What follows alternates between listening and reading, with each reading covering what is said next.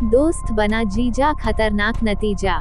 सुबह का उजाला अभी फैलना शुरू हुआ था कि बचाओ बचाओ की मर्मभेदी चीख ने वहां मौजूद लोगों का ध्यान अपनी ओर खींच लिया था। चीखने वाले पर तेजधार हथियार से एक युवक ने हमला किया था, जिससे गंभीर रूप से घायल होकर वह चीखा था। चीखने के साथ ही वह सड़क पर गिर पड़ा था और गिरते ही बेहोश हो गया था। उस युवक के गिरते ही उस पर हमला करने वाला युवक लंबे फल का खून सना चाकू हाथ में लिए भागा था। सुबह का समय होने की वजह से वहां बहुत कम लोग थे, लेकिन जो भी थे वे उसका पीछा करने या पकड़ने की हिम्मत नहीं कर सके थे। पर उन लोगों ने इतना जरूर किया कि हमलावर के भागने के बाद सड़क पर घायल पड़े युवक को पंचकूला के सेक्टर 6 स्थित जनरल अस्पताल पहुंचा दिया था। उसे देखते ही डॉक्टरों ने मृत घोषित करने के साथ इसकी सूचना पुलिस को दे दी थी। सूचना मिलते ही थाना मौलीजागरा के एएसआई गुरमीत सिंह सुबह 7 बजे के करीब अस्पताल पहुंच गए थे। घटना की जानकारी लेकर उन्होंने थाना प्रभारी इंस्पेक्टर बलदेव कुमार को सूचित किया तो सिपाही अमित कुमार के साथ वह भी अस्पताल पहुंच गए थे। जरूरी कार्रवाई करके बलदेव कुमार ने उन लोगों से बात की जो मृतक को अस्पताल लेकर आए थे। वे 2 लोग थे, जिनमें एक 19 साल का मोहम्मद चांद था और दूसरा था ड्राइवर अशोक कुमार। पूछताछ में चांद ने बताया था कि वह पंचकूला के सेक्टर -16 की इंदिरा कॉलोनी के मकान नंबर 1821 में रहता था और सेक्टर -17 की राजीव कॉलोनी स्थित शरीफ हलाल मीट शॉप पर नौकरी करता था। सुबह जल्दी जाकर चांद ही दुकान खोलता था। मृतक को ही नहीं, उस पर हमला करने वाले को भी वह अच्छी तरह से पहचानता था। वह सुबह 5 बजे दुकान पर पहुंचा तो मुर्गा सप्लाई करने वाली गाड़ी आ गई। गाड़ी के ड्राइवर अशोक कुमार ने मोहम्मद चांद को आवाज देकर गाड़ी से मुर्गे उतारने को कहा। मोहम्मद चांद गाड़ी के पीछे पहुंचा तो गाड़ी में बैठा ड्राइवर का सहायक इरफान उतरकर उसके पास आ गया। जैसे ही वह जाली वाला दरवाजा खोलकर मुर्गे निकालने के लिए आगे बढ़ा, शाहबाज हाथ में चाकू लिए वहां आया और इरफान के सिर पर उसी चाकू से वार कर दिया। वार होते ही इरफान पीछे की ओर घूमा तो शाहबाज ने कहा, तुमने मेरी भोली भाली बहन को अपनी मीठी मीठी बातों में फंसाकर मेरी मर्जी के खिलाफ उससे शादी की है ना? तो आज मैं तुझे उसी का सबक सिखा रहा हूँ। आज मैं तुझे जिंदा नहीं छोड़ूंगा। इसके बाद शाहबाज ने इरफान की छाती, आंख के नीचे और कमर तथा पेट पर लगातार कई वार किए। इरफान बचाओ बचाओ की गुहार लगाते हुए नीचे गिर गया।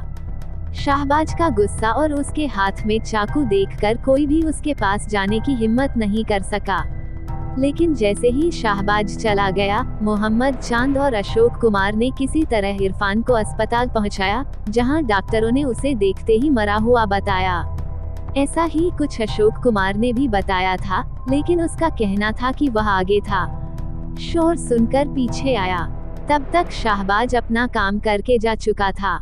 इंस्पेक्टर बलदेव कुमार ने हत्याकांड के चश्मदीद मोहम्मद चांद के बयान के आधार पर शाहबाज के खिलाफ हत्या का मुकदमा दर्ज करने की अनुशंसा करके तहरीर थाना भेज दी, जहां एफआईआर नंबर 101 पर भादमवी की धारा 302 के तहत ये केस दर्ज कर लिया गया।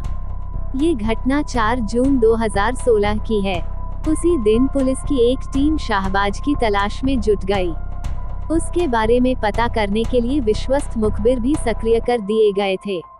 मुखबिर की ही सूचना पर शाहबाज को उसी दिन रात में गांव मक्खन माजरा से गिरफ्तार, अदालत से कस्टडी रिमांड लेकर सबसे पहले शाहबाज से उस चाकू के बारे में पूछा गया, जिससे उसने इरफान का कत्ल किया था।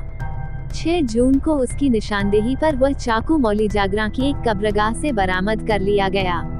उसने वहां चाकू को पत्थरों के नीचे दबा कर रखा था, लेकिन उस पर लगा खून उसने साफ कर दिया था। इसके बाद शाहबाज से इरफान की हत्या के बारे में पूछताछ की गई तो उसने जो कहानी सुनाई वह इस प्रकार थी। मूल रूप से उत्तर प्रदेश के जिला बिजनौर के रहने वाले शाहबाज और इरफान एक ही गांव के रहने वाले थे, इसलिए वे एक साथ खेलकूद कर बड़े हुए थे। कुछ दिनों पहले काम धंधे की तलाश में दोनों चंडीगढ़ आ गए। इरफान जहां अपने बड़े भाई के साथ आया था, वहीं शाहबाज अपने पूरे परिवार के साथ आया था। उसके परिवार में अब्बू अम्मी के अलावा एक छोटी बहन साहिबा थी। चंडीगढ़ में दोनों पंचकूला की सीमा पर बसे गांव मौली जागरा में थोड़ी दूरी पर अलग अलग किराए के मकान लेकर रहने लगे थे। मौली जागरा जहां चंडीगढ़ में पड़ता है, वहीं मुख्य सड़क के उस पार की दुकानें हरियाणा के जिला पंचकूला के सेक्टर -17 की राजीव कॉलोनी के अंतर्गत आती हैं। उन्हीं में से एक दुकान पर शाहबाज जहां मुर्गे काटने का काम करने लगा था, वहीं इरफान को मुर्गे सप्लाई करने वाली गाड़ी पर सहायक की नौकरी मिल गई थी। अपने हिसाब से दोनों का काम ठीक ठाक चल रहा था। शाहबाज के अब्बू को भी नौकरी मिल गई थी। इरफान और शाहबाज हमउम्र थे। दोनों इतने गहरे दोस्त थे कि उनमें सगे भाइयों जैसा प्यार था। एक दिन भी दोनों एक दूसरे से मिले बिना नहीं रह पाते थे। एक दूसरे के यहाँ आना जाना, खाना खा लेना या फिर कभी कभार सो जाना आम बात थी। साहिबा भी दोनों के साथ बचपन से खेलती कूदती आई थी, मगर अब वह जवान हो चुकी थी। घर वाले उसके निकाह के बारे में सोचने लगे थे। देखने दिखाने की बात चली तो साहिबा ने हिम्मत करके शर्माते हुए घर वालों से कहा कि वह इरफान से प्यार करती है और उसी से निकाह करना चाहती है। साहिबा की इस बात से शाहबाज के घर में तूफान सा आ गया। घर का कोई भी आदमी इस रिश्ते के लिए तैयार नहीं था। शाहबाज ने साफ कहा, इससे बड़ी जिल्लत मेरे लिए और क्या होगी कि लोग ये कहकर मेरा मजाक उड़ाएंगे कि अपनी बहन का निकाह करने के लिए ही मैंने इरफान से दोस्ती की थी। क्या निकाह के लिए सिर्फ वही रह गया है? दुनिया में और कोई लड़का नहीं है। मैं ये निकाह किसी भी कीमत पर नहीं होने दूंगा। शाहबाज ने साहिबा को तो लताड़ा ही, इरफान से भी झगड़ा किया। इरफान ने उसे समझाने की कोशिश करते हुए कहा कि जो भी होगा, घर वालों की रजामंदी से होगा। लेकिन शाहबाज ने साफ कह दिया कि वह साहिबा को भूल जाए और किसी अन्य लड़की से निकाह कर ले, वरना उसके लिए ठीक नहीं होगा। शाहबाज की इस धमकी का नतीजा ये हुआ कि कुछ दिनों बाद इरफान साहिबा को भगा ले गया और एक धार्मिक स्थल पर दोनों ने निकाह कर लिया। वह वापस आया तो साहिबा को शरीके हयात बनाकर आया। शाहबाज को इस मामले में सारी गलती इरफान की नजर आ रही थी। उसने अपने दिलो दिमाग में बैठा लिया कि इरफान ने साहिबा के भोलेपन का फायदा उठाकर उसे अपनी बातों में फंसा लिया है। शाहबाज इरफान से पहले से ही नाराज था। जलती पर घी का काम किया उसने साहिबा को भगाकर। उसके अब्बू ने इससे बहुत ज्यादा शर्मिंदगी महसूस की। इसी की वजह उन्होंने 2 दिनों बाद ही मौली जागरा का अपना निवास छोड़ दिया था और वहां से 20 किलोमीटर दूर जाकर कस्बा डेराबस्सी में किराए का मकान लेकर रहने लगे थे। उन्होंने उधर जाना ही छोड़ दिया था। शाहबाज को नौकरी की वजह से उधर जाना पड़ता था। जिस मीट की दुकान पर शाहबाज काम करता था, इरफान रोजाना उधर मुर्गे की सप्लाई करने आता था। लेकिन निकाह के बाद वो उधर दिखाई नहीं दिया था। पता चला कि निकाह के दिन से ही उसने छुट्टी ले रखी है। 4 जून 2016 की बात है। साहिबा से इरफान को निकाह किए 5 दिन हो गए थे। सुबह के 5 बजे शाहबाज दुकान पर पहुंचकर मुर्गा काटने वाला चाकू तेज कर रहा था। तभी मुर्गे वाली गाड़ी आकर उसकी दुकान से थोड़ी दूरी पर सड़क के किनारे रुकी। इरफान उतरकर गाड़ी के पीछे की ओर आया। शाहबाज ने उसे आते देखा तो उसे देखकर उसकी आंखों में खून उतर आया। उसके पास सोचने विचारने का वक्त नहीं था। वह मीट काटने वाला चाकू लेकर तेजी से भागता हुआ इरफान के पास पहुंचा और जरा सी देर में उसे मौत के घाट उतारकर भाग गया। पहले तो उसने कब्रिस्तान के पास एक जगह चाकू को साफ करके पत्थरों के नीचे छिपा दिया। उसके बाद बचने के लिए इधर उधर छिपता रहा, लेकिन पुलिस ने उसे पकड़ लिया। उसने कहा कि इरफान ने काम ही ऐसा किया था जिससे उसे मारने का कोई अफसोस नहीं है। इरफान ने जो किया था उसकी उसे यही सजा मिलनी चाहिए थी।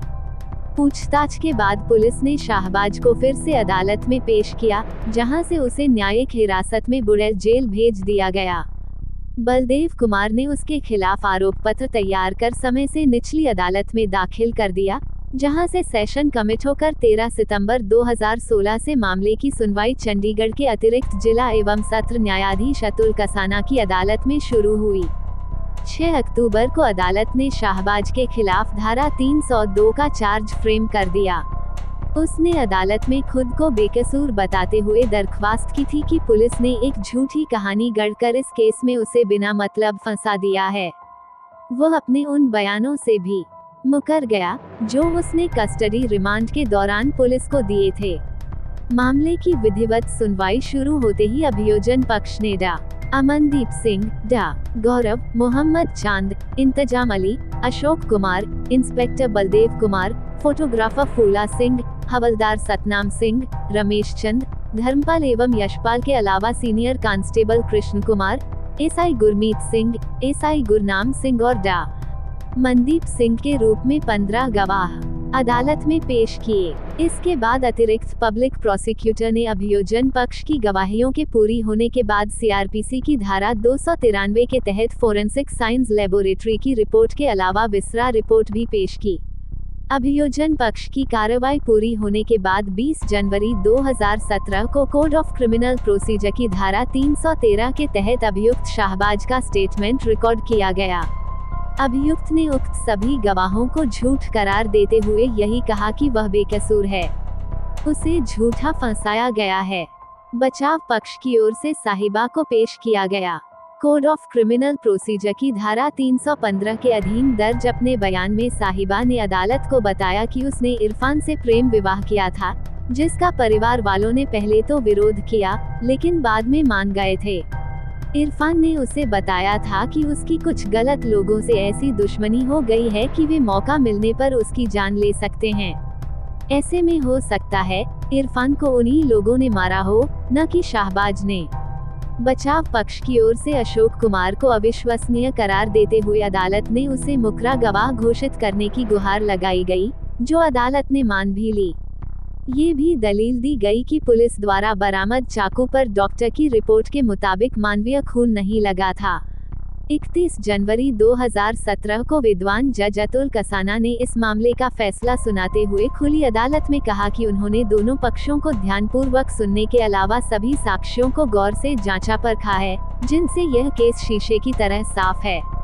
अशोक कुमार को भले मुकर्रा गवाह करार दिया गया है, लेकिन उसकी गवाही को नकारा नहीं जा सकता।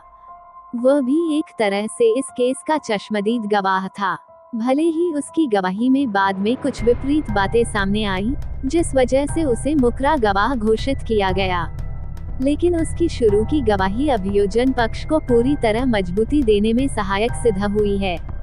चाकू पर मानवीय खून का अंश होने की बात रिपोर्ट में पहले ही आ चुकी है।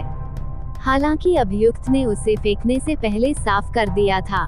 साहिबा को बचाव पक्ष ने गवाह के रूप में पेश करके केस की दिशा बदलने का प्रयास किया, लेकिन उसकी प्रेम विवाह वाली बात मान लेने से ही प्रोसिक्यूशन की कहानी को बल मिल जाता है। लिहाजा यह अदालत इस निष्कर्ष पर पहुंची है कि अभियोजन पक्ष आरोप सिद्ध करने में कामयाब रहा है और अभियुक्त शाहबाज खान मृतक मोहम्मद इरफान का कत्ल करने का दोषी पाया गया है। अभी वह जेल में है। सजा की बाबत सुनने के लिए उसे अगले दिन अदालत में पेश किया जाए। अगले दिन शाहबाज को लाकर अदालत में पेश किया गया तो माननीय एडीजे अतुल कसाना ने उसे उम्र कैद के अलावा 10,000 रुपए जुर्माने की सजा सुनाई।